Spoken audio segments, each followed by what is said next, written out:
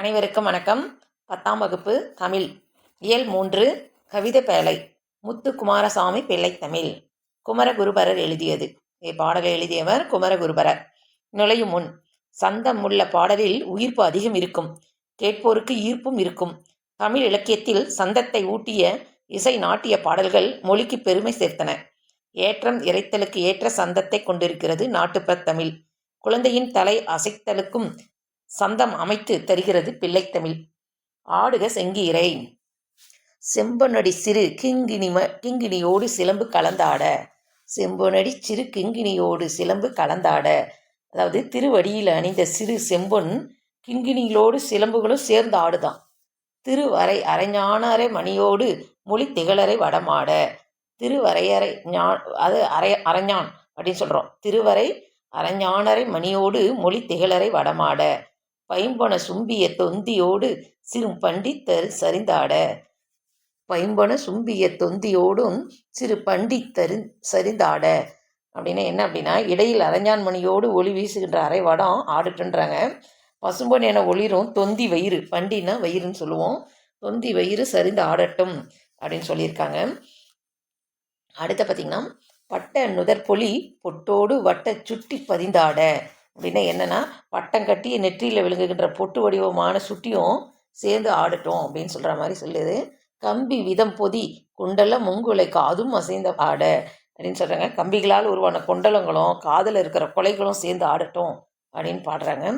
அடுத்ததாக, கட்டிய சூழியும் முச்சிய முச்சி கதிர் முத்தோடும் ஆட அப்படின்னு என்னென்னா, உச்சி கொண்டை இருக்குங்களா, குழந்தைங்களுக்கு கொண்டை போடுவோம்ல, உச்சி கொண்டை சுற்றி கட்டப்பட்டுள்ள ஒளிமிக்க முத்துகளோடு ஆடட்டும் அப்படின்னு சொல்லி பாடுறாங்க. வம்ப வளத்திரு மேனியும் மாடிட ஆடுக செங்கீரை. ஆதி வைத்தியநாதபுரி குகனாடுக செங்கீரை அப்படின்னு பாடியிருக்காங்க. அதாவது தொன்மையான வைத்தியநாதபுரியில் எழுந்தருகிற முருக மாதிரியே அந்த குழந்தைகள் ஆடும் அப்படின்னு சொல்லி, அந்த செங்கீரை பருவத்தில் அந்த முருகர் போல இருக்கும் அப்படின்னு சொல்லி குழந்தையோடு ஒப்பிட்டு பாடுறாரு. செங்கீரை பருவ பாடலை நேற்று குமரகுருபரர் பாடியுள்ளார். மறுபடியும் பாடல் பார்ப்போம். செம்பொனொடி சிறு கிங்கிணியோடு சிலம்பு கலந்தாட. திருவரை அரைஞானரை மணியோடு மொழி திகழரை வடமாட. பைம்பொனு சும்பிய தொந்தியோடு சிறு பண்டி சரிந்தாட. பட்ட நுதற்பொலி பொட்டோடு வட்ட சுட்டி பதிந்தாட. கம்பி விதம் பொதி கொண்டல முங்குலை காதம் அசைந்தாட. கட்டிய சூழியும் முச்சி கதிர் முத்தவுடுமாட. வம்பவளத்திரு மேனியும் ஆடிட ஆடுக செங்கீரை. ஆதி வைத்தியநாதபுரி குகனாடுக செங்கீரை அப்படின்னு பாடலை மிக அருமையாக சிறு குழந்தைகளுடைய இதை தாலாட்டு பிள்ளை தமிழை பாடியிருக்காரு குமரகுருபரர். சொல்லும் பொருளும். அசும்பிய அப்படின்னா ஒளி வீசுகின்ற, பண்டி அப்படின்னா வயிறு, உச்சினா தலை உச்சி கொண்டை. பாடலுடைய பொருள் பார்ப்போம். திருவடியில் அணிந்த சிறு செம்பொன் கிண்கணிகளோடு சிலம்புகளும் சேர்ந்து ஆடட்டும்.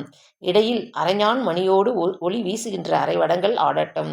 பசும்பொன் என ஒளிரும் தொந்தியுடன் சிறுவயிறு சரிந்தாடட்டும். பட்டம் கட்டிய நெற்றில் விளங்குகின்ற பொட்டுடன் வட்ட வடிவமான சுற்றி பதிந்தாடட்டும். கம்பிகளால் உருவான கொண்டலங்களும் காதின் கொலைகளும் அசைந்தாடட்டும். உச்சி கொண்டையும் அதில் சுற்றி கட்டப்பட்டுள்ள ஒளிமிக்க முத்துகளோடும் ஆடட்டும். தொன்மையான வைத்தியநாதபுரியில் எழுந்தருளிய முருகனே, செங்கீரை ஆடி அருள்க. இவற்றுடன் அழகிய பவளம் போன்ற திருமேனியும் ஆட செங்கீரை ஆடுக அப்படின்னு பாடலின் பொருள் விளக்கப்பட்டுள்ளது. இலக்கண குறிப்பு. குண்டலமும் கொலைகாதும் இம் என்று நேரடியாக வருவதால் இதை உண்மை ஆகும். ஆடுக கா இயல் அப்படின்னு முடிந்ததுன்னா வேங்கோல் வினைமுற்று ஆகும். இது கா என்று முடிந்துள்ளது, வேங்கோல் வினைமுற்று. பதிந்து அப்படின்றால் பதி கூட்டல் இத்து இந்து கூட்டல் இந்தானது இத்தென தெரியும். அடுத்தது தூ அப்படிங்கிறது இத்து கூட்டல் ஊ என பிரிக்க வேண்டும். பதி என்பது பகுதி, இத்து என்பது சந்தி, அதாவது இந்தானது விகாரம். இந்த இத்து கூட்டல் ஊல வர இத்தி இறந்த கால இடைநிலை, ஊ என்பது வினையெச்ச விகுதி ஆகும். செங்கீரை பருவம். செங்கீரை செடி காற்றில் ஆடுவது போன்று குழந்தையின் தலை 5 to 6 மாதங்களில் மென்மையாக அசையும். இப்பருவத்தை செங்கீரை பருவம் என்கிறோம். செங்கீரை பருவனுடைய வயது எது அப்படின்னு கேட்டோம்னா சொல்ல தெரியணும். 5 to 6 மாதங்கள் செங்கீரை பருவம் என்று அழைக்கிறோம். முக்கியமான கேள்விகள். இப்பருவத்தில் குழந்தை தன் கைகளை ஊன்றி ஒரு காலினை மடக்கி மற்றொரு காலை நீட்டி தலை நிமிர்ந்தும் முகம் அசைத்தும் ஆடும். அணிகலன்கள் அப்படின்னு கொடுத்துருக்காங்க பாருங்க. இந்த அணிகலன்கள் கேள்விகள் ரொம்ப முக்கியமானது. சிலம்பு, கிண்கிணி இதெல்லாம் எங்கே அணிவாங்க அப்படின்னு கேட்டால் காலில், அரைஞான்னா எங்கே அணிவாங்கன்னா இடையில் அணிவது, சுட்டி என்பது நெற்றியில் அணிவது, கொண்டலம் குலை எல்லாம் காதில் அணிவது, சூளி என்பது தலையில் அணிவது, தலை மீன்ஸ் நெற்றியில் அணிவதுன்னு கூட சொல்லலாம்.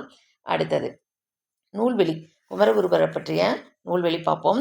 குமரகுருபரர் இயற்றிய முத்துக்குமாரசாமி பிள்ளை தமிழில் செங்கிறை பருவத்தின் 8ஆம் பாடல் இங்கு பாடப்பகுதியாக கொடுக்கப்பட்டுள்ளது. 96 வகை சிற்றிலக்கியங்கள் இருக்கான். சிற்றிலக்கியங்கள் 96 இருக்கு. அதில் ஒன்று பிள்ளைத்தமிழ்.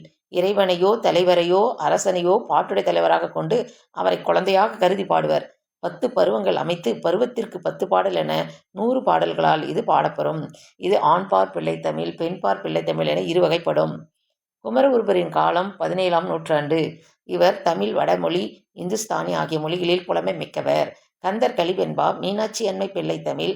இவர் எழுதிய நூல்கள் ரொம்ப முக்கியமானவை. கந்தர் கலிவெண்பா, மீனாட்சி அன்னை பிள்ளைத்தமிழ், மதுரை கலம்பகம், சகலகலா வள்ளி மாலை, நீதிநெறி விளக்கம், திருவாரூர் மும்மணி கோவை முதலான நூல்களை இவர் இயற்றியுள்ளார். இதில் முக்கியமான கேள்விகள் நிறைய இருக்குது. குமரகுருபரனுடைய காலம் என்னன்னு கேட்பாங்க. அவர் சிற்றிலக்கியங்கள் மொத்தம் எத்தனை இருக்குன்னு கேட்பாங்க. அவர் எழுதிய நூல்கள் ஏதாவது ஒன்று கொடுத்து கேட்க நிறைய வாய்ப்பு இருக்கிறது. அதனால் நன்றாக படித்து வெற்றி பெற எனது வாழ்த்துக்கள். நன்றி.